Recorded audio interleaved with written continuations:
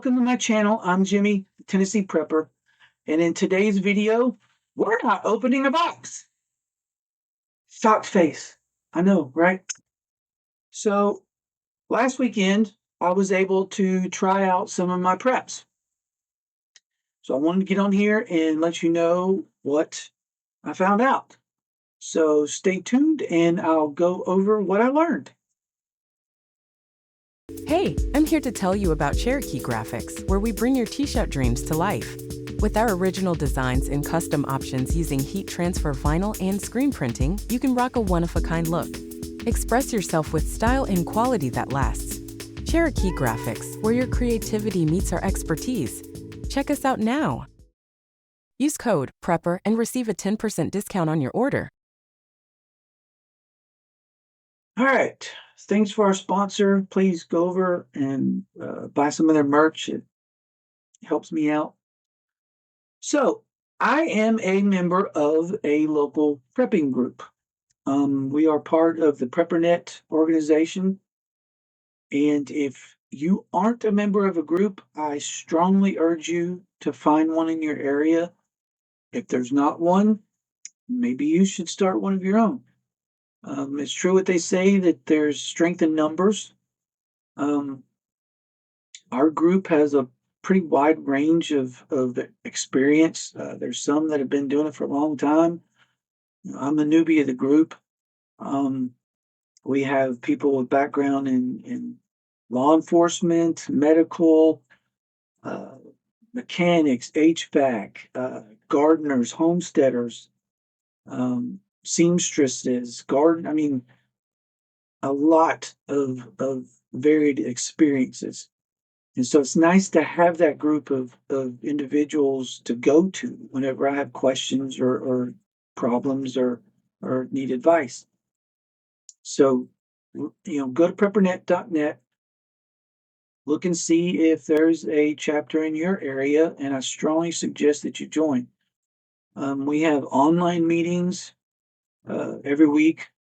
There's a women's group that meets during the week online.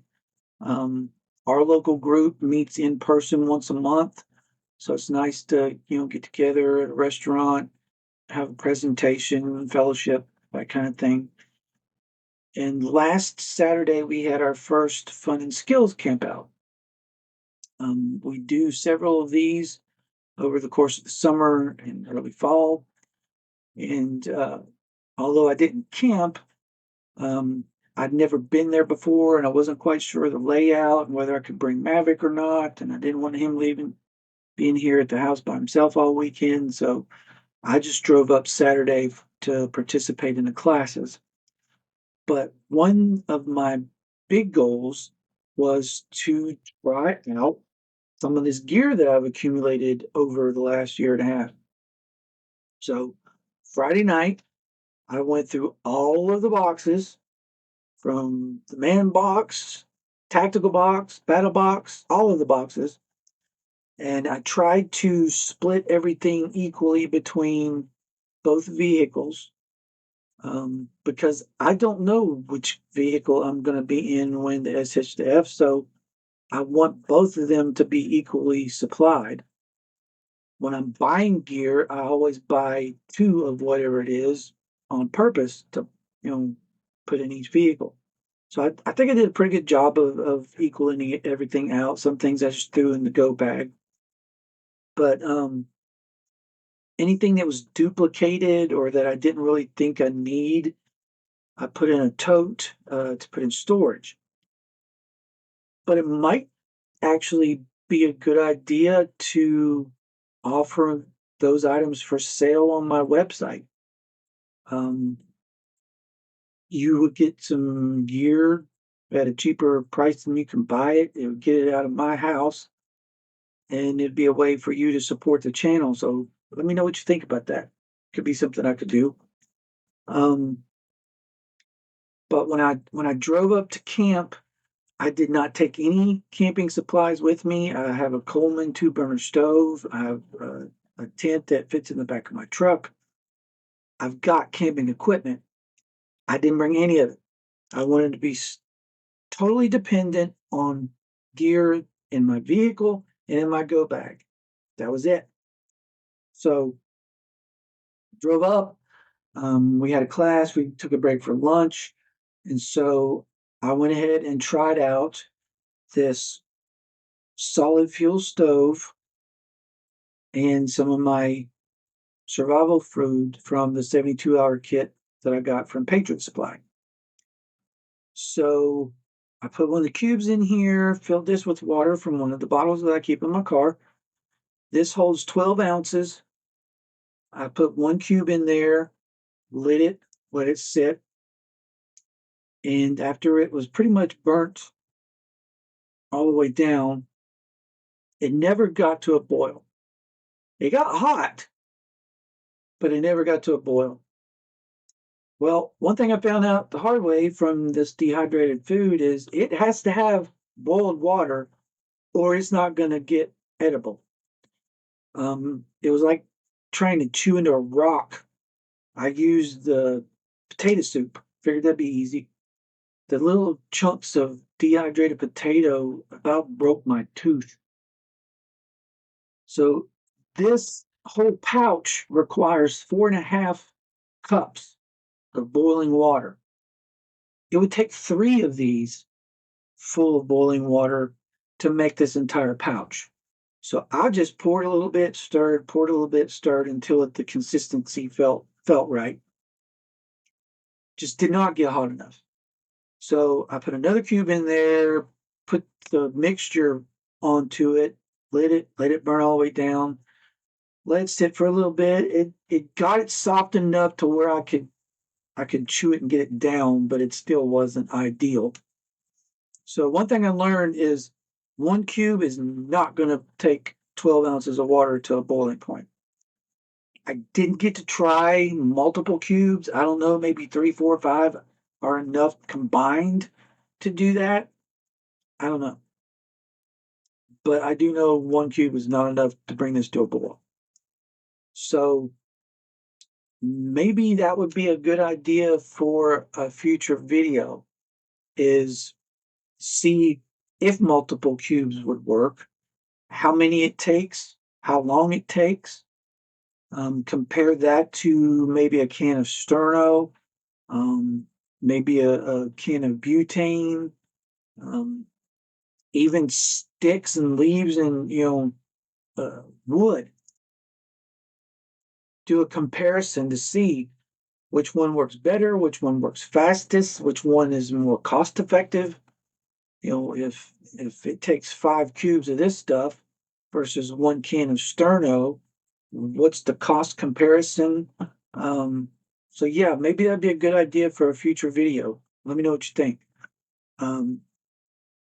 One of the other things that I decided to test was the solar powered power bank that I believe came in a tactical box.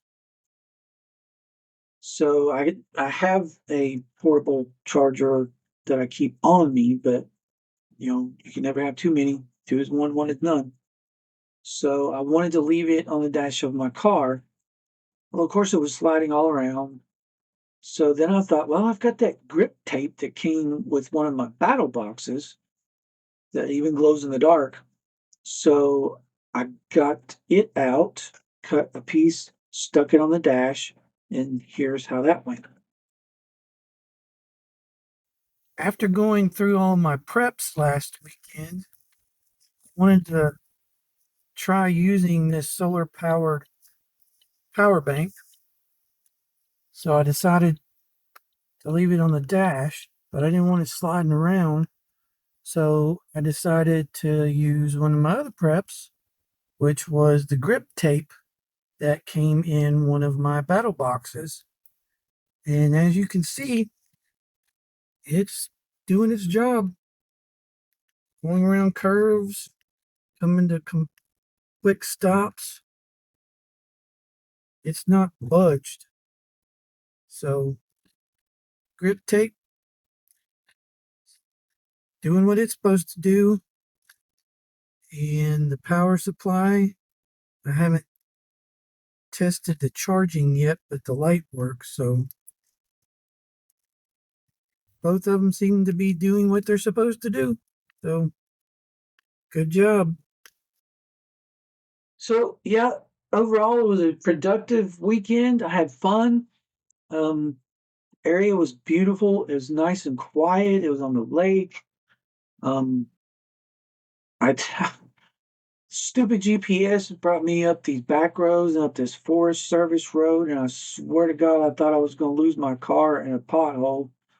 And I think I heard some banjo music playing there for a little bit, but going home a different way was a lot better. But I was able to try out some things, learn some things, had a good time. I love camping. I just haven't been in years.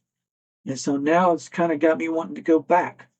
So I'm thinking I might just go back on my own, just me and Maverick, go up there whenever I can and continue to try more of this gear out and let you guys know, does this work? Does it not work? Is this junk? Is this good?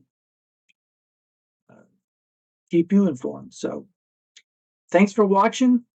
Thanks for your support. We're still growing a little bit at a time.